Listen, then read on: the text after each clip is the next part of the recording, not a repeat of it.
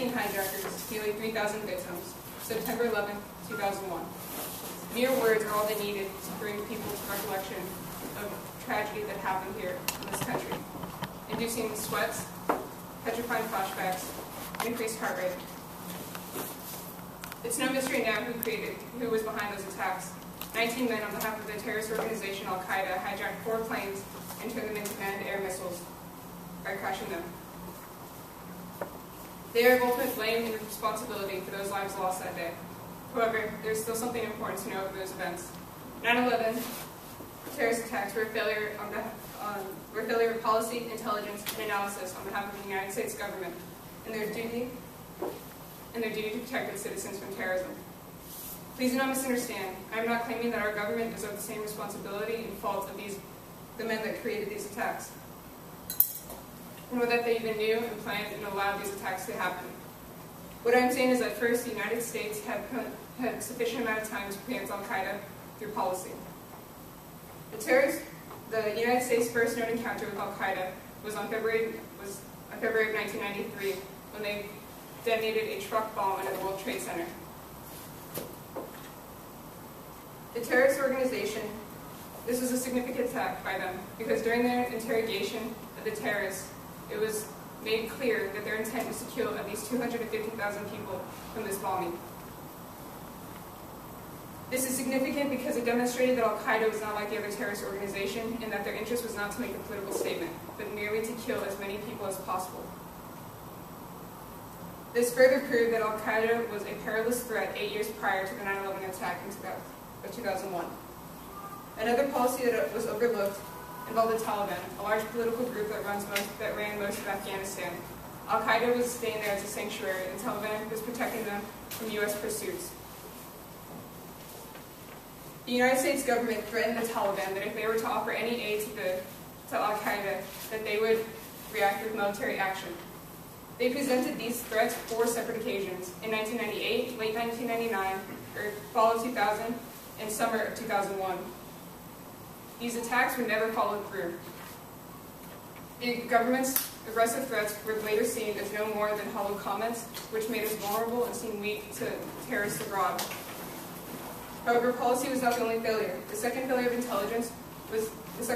that of intelligence. Intelligence, defined by John McCreary, a 38-year veteran for defense intelligence, is to keep its republic, its citizens, its property, and its interests safe. Nevertheless, intelligence gathered is useless unless shared among other agencies in the intelligence community. Therefore, the United States has just as much of a responsibility to share that information as it does to obtaining it. In this, the U.S. government failed in intelligence through lack of interagency communication. From January 2000 to June 2001, the CIA and the FBI were both conducting investigations on members of Al-Qaeda. Neither shared information, and separately disconnected this information meant nothing. 2 examples of this situation are in January and March of 2000, when the CIA had obtained information that Khalid al-Mihdhar and Nawaf al-Azim had entered the U.S. and had obtained U.S. visas and entered the U.S. They neither informed the FBI of this information. However, they believed that these 2 men were in connection with foreign terrorist organizations, and therefore needed to be looked after. In not passing along this information, the FBI could no longer pursue it in their investigation as far as continuing to scrutinize the intelligence received. Had further investigation been committed, it would have been discovered that Khalid al-Mihdhar and Nawaf al-Azim were 2 of the 5 terrorists aboard the American Airlines Flight 77, which crashed into the Pentagon at 9:37 a.m. Furthermore, the responsibility of the CIA as established on their website, cia.gov, is to combat international terrorism by collecting, analyzing, disseminating information on foreign terrorist groups and individuals. The aforementioned men were a huge part of the investigation that was pursuing, and yet no action was ever taken. This leads to the 3rd failure, which is analysis. The Duke of Wellington explained this well when he said that the purpose of analysis is defined as all the business of war, and indeed all the business of life, is in the endeavor to find out what you don't know by using what you do. That is what I called guess what's on the other side of the hill. In other words, analysis is more than simply dissecting the information at hand, but is taking what you know to find out what you don't know, with the end goal of prediction.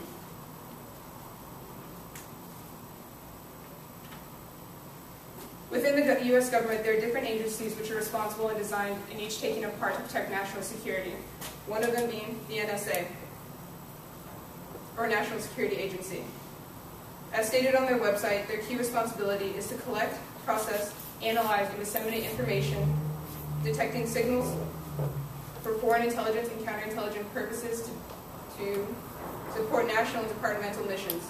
The NSA is considered one of the primary agencies when things are needed to be analyzed, and they're diligent workers and provide the most accurate information. However, the 9/11 Commission report states that the NSA tried to respond energetically to requests made, but waited to be asked. Had the NSA been productive in intelligence obtained and used it to further explain what they did not know, more light would have been shed on the impending 9/11 attacks. For example, the 9/11 Commission report states of a situation in which the NSA was analyzing communications between men with the name Khalid and Nawaf. They later determined these men to be a threat to the U.S., however, that is where their investigation stopped. They later passed this information on to the FBI and CIA, but on its own it meant nothing, and it was of no use. Let me be completely clear. These are the names and faces of the 19 men that turned a clear Tuesday morning into one filled with despair, anguish, blood, and terror. They are the ones that killed nearly 3,000 people. 68 of those victims were John Jay's students and alumni. I am not claiming that the